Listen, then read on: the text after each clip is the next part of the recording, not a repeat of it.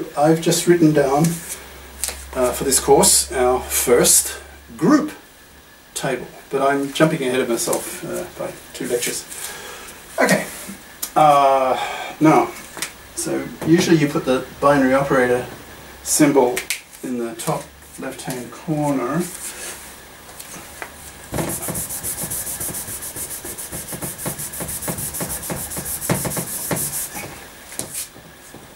Now this operation, is it a binary operation? Is it a well-defined binary operation?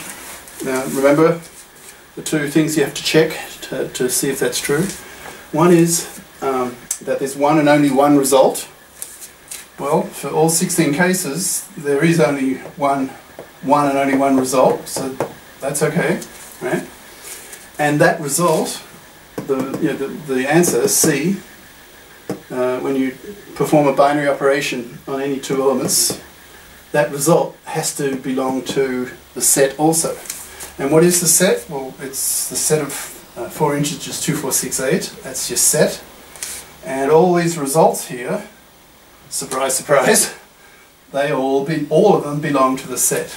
Okay? So this binary operator on this set is well defined, and it is a legitimate, if you like, binary operation. So we've made a table. All right. Now I'll do a little bit more theory, and then we can get into the problem solving. So actually, I could, if I wanted to, just merge the what I'm about to do now, which is some examples of possible, or maybe not possible, binary operations. I could just merge these in with another bunch of the same type of question in the problem solving part. But let's do a few here now. All right. I'll get rid of this table.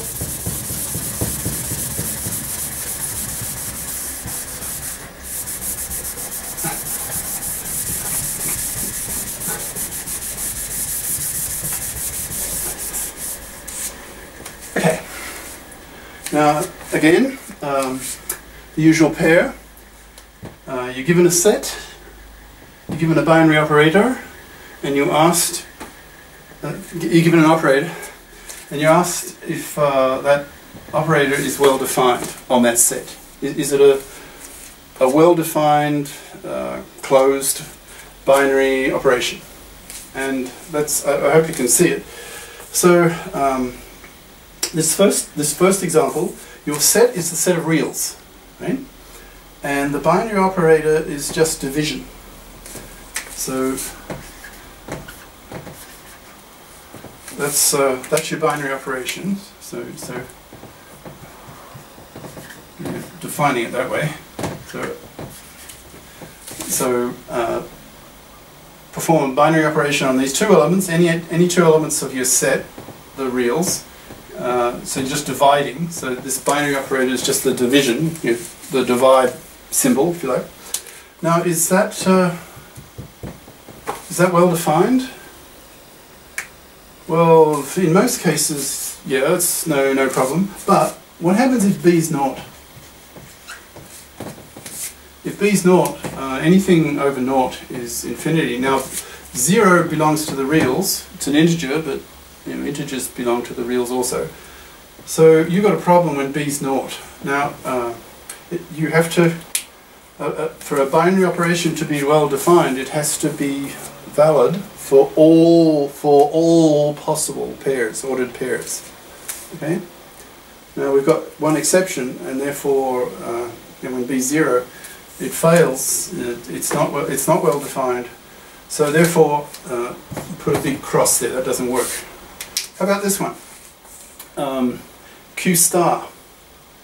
Now Q, from previous lectures, remember Q is the symbol, capital Q, the symbol for the rational numbers. And rational numbers are of this form, A over B, where A and B belong to the integers, and B is not 0. Okay? Now, Q star, anything star is a set with the 0 thrown out. Right? So Q star is all the rationals except 0. And the binary operation is again division. Okay? But there's no, Q star does not have a 0. So, let's take two numbers, two rationals that are of this form. So A, B, C, D integers, non-zero integers. Okay. So if you divide AB by CD, you'll get something like this: A, B, D, C, and that's just another. Now, if A and D are integers and B and C are integers, so you've got an integer over an integer, and that belongs to Q star. Okay, so it's closed. So it's well defined, and yeah, there's just one result, one and only one result, and it's closed. You know, this result belongs to Q star. So this binary operation, of division here, is well defined. Now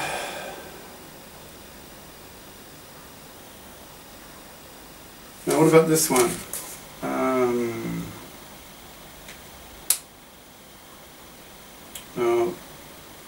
Now Q, you got to be plus sign here. So is that well defined? Is that a valid binary operation? So your set is the positive rationals, okay? And the binary operation is to take the square root of the product, here. Now, is that well defined? Is that a binary operation satisfying these two conditions, where you get a one and only one result, and that result belongs to the set? So if it is, this result here must belong to Q plus, the positive rationals.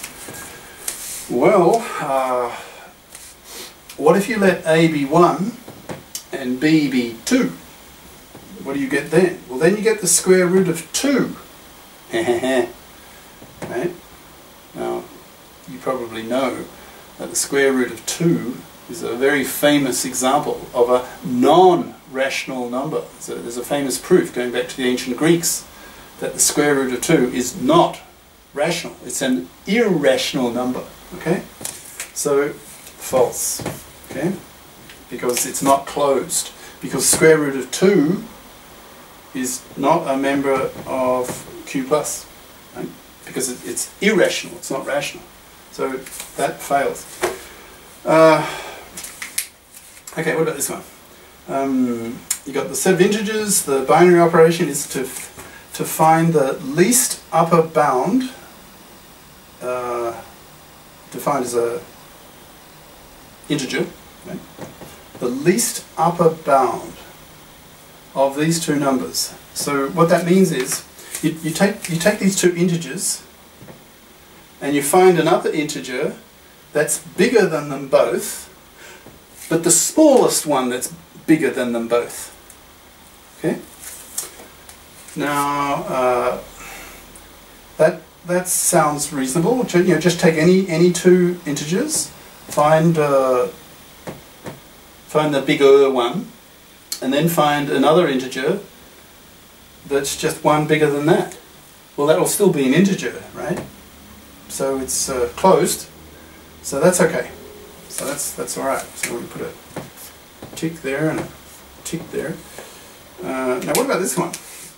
This time it's the reals. It's not the integers, it's the reals. And again, you're using this LUB, the least upper bound.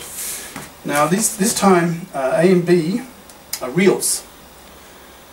So, well, you've got a problem. So let A and B be 0. Right? So A and B belong to the reals. And then you're asked to find least upper bound. And this time it can be a real. Here the least upper bound was an integer, but here the least upper bound in this context is a real number. and you are to find a real number, the least real number that's larger than A and B. Well, if A and B are both 0, then the larger of A and B is 0. And what is the least real that's larger than 0? Not defined, right? What's the smallest real that's bigger than 0? It's not defined, because a real number you can go on forever in the number of decimal places.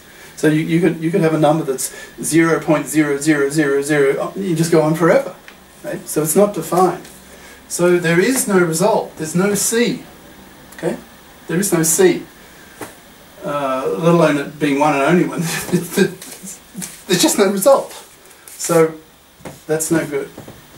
Right? I'll stop here, and then we'll move into the problem solving, which it'll be pretty similar to this actually, but it gives you a good feel for deciding whether a particular set and a particular binary operation on that set, is it well defined, is it closed, and so on.